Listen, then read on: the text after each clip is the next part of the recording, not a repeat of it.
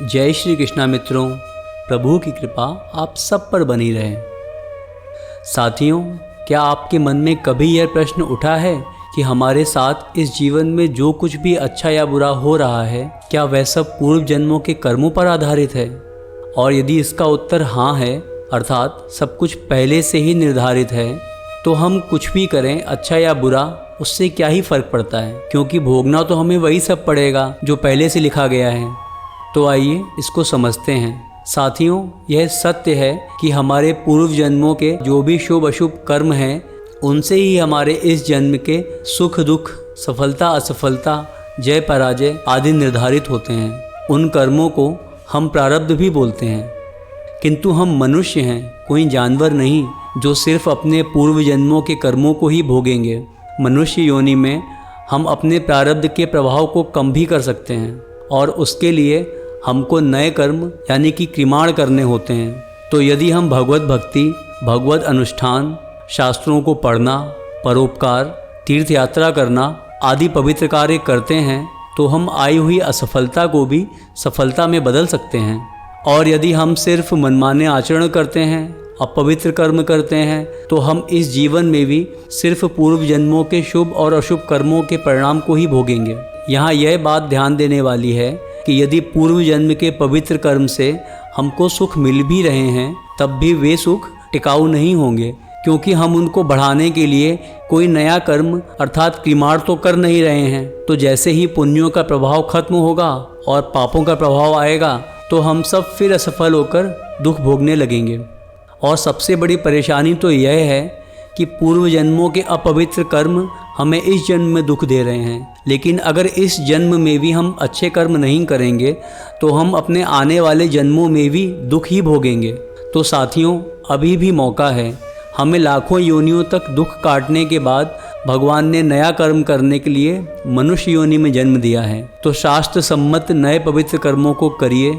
इससे पुराने अशुभ कर्मों का प्रभाव कम होगा, आने वाले जीवन में सुख मिलेगा और मृत्यु के बाद या तो स्वर्ग मिलेगा या फिर मोक्ष की प्राप्ति होगी। तो चलिए इन्हीं सब सद्विचारों के साथ अपनी भगवत गीता की यात्रा को आगे बढ़ाते हैं। तृतीय अध्याय, 11वां श्लोक। देवान् भावयतानेन ते देवा भावयन्तु वः परस्परं भावयन्तः श्रेयः परम अवाप्य सत्। अर्थात यज्ञों के द्वारा प्रसन्न होकर देवता तुम्हें भी प्रसन्न करेंगे और इस तरह मनुष्यों तथा देवताओं के मध्य सहयोग से सबों को संपन्नता प्राप्त होगी। इसका तात्पर्य यह है कि देवतागण सांसारिक कार्यों के लिए अधिकार प्राप्त प्रशासक हैं। प्रत्येक जीव द्वारा शरीर धारण करने के लिए आवश्यक वायु, प्रकाश, जल तथा अन्य सारे वर उन देवताओं के अधिकार में हैं, जो भगवान के शरीर के विभिन्न भागों में असंख्य सहायकों के रूप में स्थित हैं। उनकी प्रसन्नता तथा अप्रसन्नता मनुष्यों द्वारा यज्ञ की संपन्नता पर निर्भर है। कुछ यज्ञ किन्हीं विशेष देवताओं को प्रसन्न करने के लिए होते हैं, किंतु तो भी सारे यज्ञों में भगवान विष्णु को प्रमुख भोक्ता की भांति पूजा जाता है। भगवत गीता में यह भी कहा गया है कि भगवान कृष्ण स्वयं सभी प्रकार के यज्ञों के भोक्ता हैं। भोक्तारम यज्ञ तपसाम। अतः समस्त यज्ञों का मुख्य प्रयोजन यज्ञपति को प्रसन्न करना है। जब ये यज्ञ सुचारू रूप से संपन्न किए जाते हैं, तो विभिन्न विभागों के अधिकारी देवता प्रसन्न होते हैं और प्राकृतिक पदार्थों का अभाव नहीं रहता। यज्ञों को संपन्न करने से अन्य लाभ भी होते हैं, जिनसे अंततः भवबंधन से मुक्ति मिल जाती है। यज्ञ से सारे कर्म पवित्र हो जाते हैं। आहार शुद्धो सत्व शुद्धि, सत्व शुद्धो ध्रुवा स्मृति, स्मृति लंबे सर्वग्रंथि नाम विप्रमोक्षः। यज्ञ से मनुष्य के खाद्य पदार्थ शुद्ध होते हैं और शुद्ध भोजन करने से मनुष्य जीवन शुद्ध हो जाता है। जीवन शुद्ध होने से स्मृति के सूक्ष्म तंतु शुद्ध होते हैं और स्मृति तंतुओं के शुद्ध होने पर मनुष्य मुक्ति मार्ग का चिंतन कर सकता है। और ये सब मिलकर कृष्ण भावनामृत तक पहुँचाते हैं, जो आज के समाज के लिए सर्वाधिक आवश्यक है। तृतीय अध्याय, 12वां श्लोक। इष्टान् भोगान् हि वो देवा दास्यन्ते यज्ञ भाविताः तैर्दत्तान् प्रदायेभ्यो यो भुंक्ते स्तेन एव सः। अर्थात जीवन की विभिन्न आवश्यकताओं की पूर्ति करने वाले विभिन्न देवता यज्ञ संपन्न होने पर प्रसन्न होकर तुम्हारी सारी आवश्यकताओं की पूर्ति करेंगे। किंतु जो इन उपहारों को देवताओं को अर्पित किए बिना भोगता है वह निश्चित रूप से चोर है। इसका तात्पर्य यह है कि देवतागण भगवान विष्णु द्वारा भोग सामग्री प्रदान करने के लिए अधिकृत किए गए हैं, अतः नियत यज्ञों द्वारा उन्हें अवश्य संतुष्ट करना चाहिए। वेदों में विभिन्न देवताओं के लिए भिन्न भिन्न प्रकार के यज्ञों की संस्तुति है, किंतु वे सब अंततः भगवान को ही अर्पित किए जाते हैं। किंतु जो ये नहीं समझता है कि भगवान क्या हैं, उसके लिए देवयज्ञ का विधान है। अनुष्ठानकर्ता के भौतिक गुणों के अनुसार वेदों में विभिन्न प्रकार के यज्ञों का विधान है। विभिन्न देवताओं की पूजा भी उसी आधार पर अर्थात गुणों के अनुसार जताई गई है। उदाहरणार्थ मांसाहारियों को देवी काली की पूजा करने के लिए कहा जाता है, जो भौतिक प्रकृति की घोर रूपा हैं, और देवी के समक्ष पशु बलि का आदेश है। किंतु जो सतोगुणी हैं उनके लिए विष्णु की दिव्य पूजा बताई गई है। अंततः समस्त यज्ञों का ध्येय उत्तरोत्तर दिव्य पद प्राप्त करना है। सामान्य व्यक्तियों के लिए कम से कम 5 यज्ञ आवश्यक हैं, जिन्हें पंच महायज्ञ कहते हैं। किंतु मनुष्य को यह जानना चाहिए कि जीवन की सारी आवश्यकताएं भगवान के देवता प्रतिनिधियों द्वारा ही पूरी की जाती हैं। कोई कुछ बना नहीं सकता। उदाहरणार्थ मानव समाज के भोज्य पदार्थों को लें। इन भोज्य पदार्थों में शाकाहारियों के लिए अन्न, फल, शाक, दूध, चीनी आदि हैं, और मांसाहारियों के लिए मांस आदि, जिनमें से कोई भी पदार्थ मनुष्य नहीं बना सकता। एक और उदाहरण लें। यथा ऊष्मा, प्रकाश, जल, वायु आदि जो जीवन के लिए आवश्यक हैं, इनमें से किसी को बनाया नहीं जा सकता। परमेश्वर के बिना ना तो प्रचुर प्रकाश मिल सकता है, ना चांदनी, वर्षा या प्रातःकालीन समीर ही, जिनके बिना मनुष्य जीवित नहीं रह सकता। स्पष्ट है कि हमारा जीवन भगवान द्वारा प्रदत्त वस्तुओं पर आश्रित है।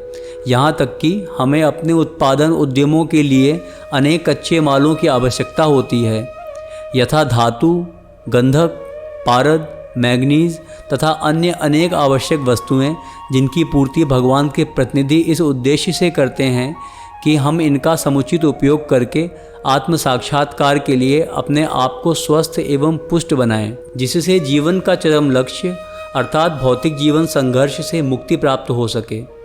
यज्ञ संपन्न करने से मानव जीवन का चरम लक्ष्य प्राप्त हो जाता है।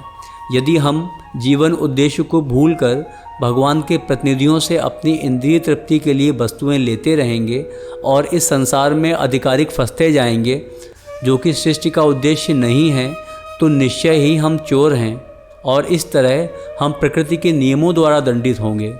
चोरों का समाज कभी सुखी नहीं रह सकता, क्योंकि उनका कोई जीवन लक्ष्य नहीं होता। भौतिकतावादी चोरों का कभी कोई जीवन लक्ष्य नहीं होता।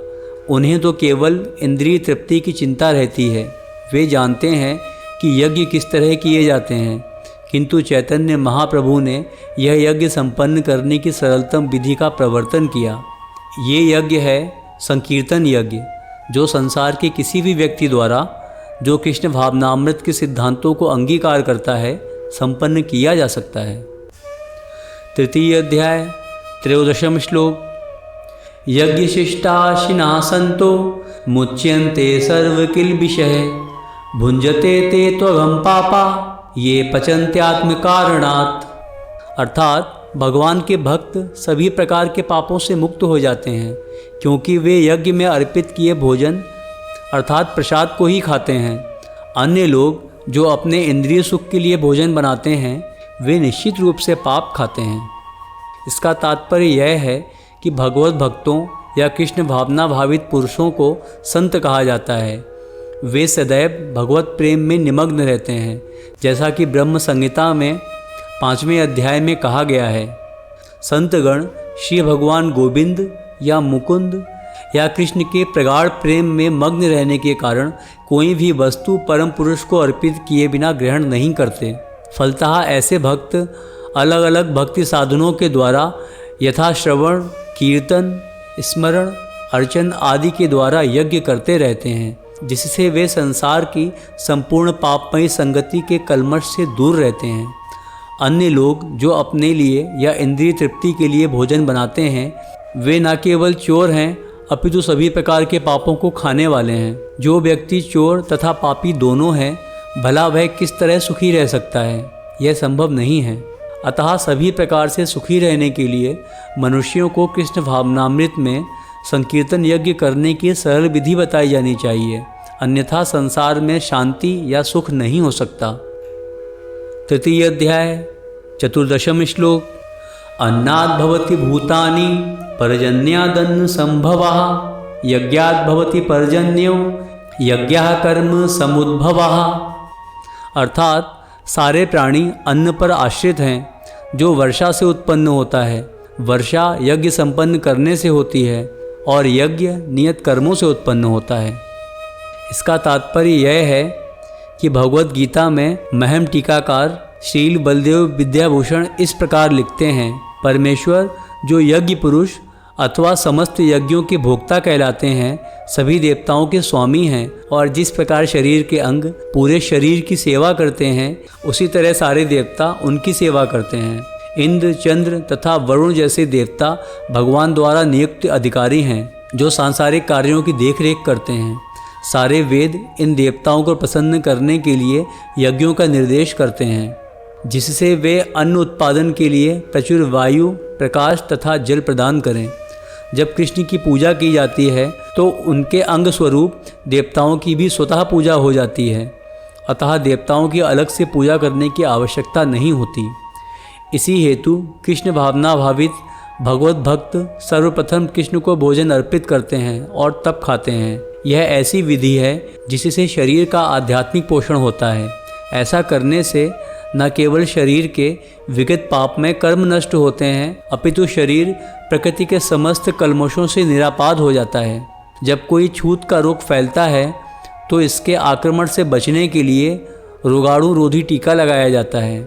इसी प्रकार भगवान विष्णु को अर्पित करके ग्रहण किया जाने वाला भोजन हमें भौतिक संदूषण से निरापद बनाता है, और जो इस विधि का अभ्यस्त है वह भगवत भक्त कहलाता है। अतः कृष्ण भावना भावित व्यक्ति केवल कृष्ण को अर्पित किया भोजन करता है, जो आत्म साक्षात्कार के मार्ग में सहायक बनता है। इसके विपरीत जो ऐसा नहीं करता वह अपने पाप पूर्ण कर्म को बढ़ाता रहता है, जिससे उसे सारे पाप फलों को भोगने के लिए अगला शरीर कुकरों सूकरों के समान मिलता है। यह भौतिक जगत नाना कल्मशों से पूर्ण है, और जो भी भगवान के प्रसाद को ग्रहण करके उनसे निरापद हो लेता है वह उनके आक्रमण से बच जाता है, किंतु जो ऐसा नहीं करता वह कल्मश का लक्ष्य बनता है। अन्न अथवा शाक वास्तव में खाद्य हैं। मनुष्य विभिन्न प्रकार के अन्न, शाक, फल आदि खाते हैं, जबकि पशु इन पदार्थों के आचिष्ट को खाते हैं। जो मनुष्य मांस खाने के अभ्यस्त हैं उन्हें भी शाक के उत्पादन पर निर्भर रहना पड़ता है, क्योंकि पशु शाक ही खाते हैं। अतएव हमें अंततोगत्वा खेतों के उत्पादन पर ही आश्रित रहना है, बड़ी बड़ी फैक्ट्रियों के उत्पादन पर नहीं। खेतों का यह उत्पादन आकाश से होने वाली प्रचुर वर्षा पर निर्भर करता है, और ऐसी वर्षा इंद्र, सूर्य, चंद्र आदि देवताओं के द्वारा नियंत्रित होती है। ये देवता भगवान के दास हैं। भगवान को यज्ञों द्वारा संतुष्ट रखा जा सकता है, अतः जो इन यज्ञों को संपन्न नहीं करता उसे अभाव का सामना करना होगा। यही प्रकृति का नियम है। अतः भोजन के अभाव से बचने के लिए यज्ञ और विशेष रूप से इस युग के लिए संस्तुत संकीर्तन यज्ञ संपन्न करना चाहिए। तृतीय अध्याय, पंचदशम श्लोक। कर्म ब्रह्मोद्भवं विद्धि ब्रह्माक्षर समुद्भवं तस्मात् सर्वगतं ब्रह्म नित्यम यज्ञे प्रतिष्ठितम। अर्थात वेदों में नियमित कर्मों का विधान है और ये साक्षात श्री भगवान परम ब्रह्म से प्रकट हुए हैं। फलतः सर्वव्यापी ब्रह्म यज्ञ कर्मों में सदा स्थित रहता है। इसका तात्पर्य यह है कि इस श्लोक में यज्ञार्थ कर्म अर्थात कृष्ण को प्रसन्न करने के लिए कर्म की आवश्यकता को भली भांति विवेचित किया गया है। यदि हमें यज्ञ पुरुष विष्णु के परितोष के लिए कर्म करने हैं तो हमें ब्रह्म या दिव्य वेदों से कर्म की दिशा प्राप्त करनी होगी। अतः सारे वेद कर्म देशों की संहिताएं हैं। वेदों के निर्देश के बिना किया गया कोई भी कर्म विकर्म या अवैध अथवा पापपूर्ण कर्म कहलाता है। अतः कर्मफल से बचने के लिए सदैव वेदों से निर्देश प्राप्त करना चाहिए। जिस प्रकार सामान्य जीवन में राज्य के निर्देश के अंतर्गत कार्य करना होता है, उसी प्रकार भगवान के परम राज्य के निर्देशन में कार्य करना चाहिए। वेदों में ऐसे निर्देश भगवान के श्वास से प्रत्यक्ष प्रकट होते हैं। बृहदारण्यक उपनिषद के चतुर्थ अध्याय में कहा गया है कि चारों वेद, ऋग्वेद, यजुर्वेद, सामवेद तथा अथर्ववेद भगवान के श्वास से अद्भुत हैं। ब्रह्म संहिता से प्रमाणित होता है कि सर्वशक्तिमान होने के कारण भगवान अपने श्वास के द्वारा बोल सकते हैं।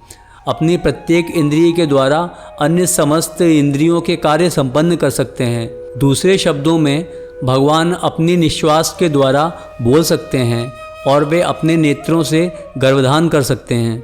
वस्तुतः यह कहा जा सकता है कि उन्होंने प्रकृति का दृष्टिपात किया और समस्त जीवों को गर्भस्थ किया। इस तरह प्रकृति के गर्भ में बद्ध जीवों को प्रविष्ट करने के पश्चात उन्होंने उन्हें वैदिक ज्ञान के रूप में आदेश दिया, जिससे वे भगवत धाम वापस जा सकें। हमें यह सदैव स्मरण रखना चाहिए कि प्रकृति के सारे बद्ध जीव भौतिक भोग के लिए इच्छुक रहते हैं, किंतु वैदिक आदेश इस प्रकार बनाए गए हैं कि मनुष्य अपनी विकृत इच्छाओं की पूर्ति कर सकता है, अर्थात तथाकथित सुखभोग पूरा करके भगवान के पास लौट सकता है। बद्ध जीवों के लिए मुक्ति प्राप्त करने का सुनहरा अवसर होता है। अतः उन्हें चाहिए कि कृष्ण भावना भावित होकर यज्ञ विधि का पालन करें। यहाँ तक कि जो वैदिक आदेशों का पालन नहीं करते, वे भी कृष्ण भावनामृत के सिद्धांतों को ग्रहण कर सकते हैं, जिससे वैदिक यज्ञों या कर्मों की पूर्ति हो जाएगी। इस वीडियो में यहीं तक, शेष चर्चा आगे। राधे राधे।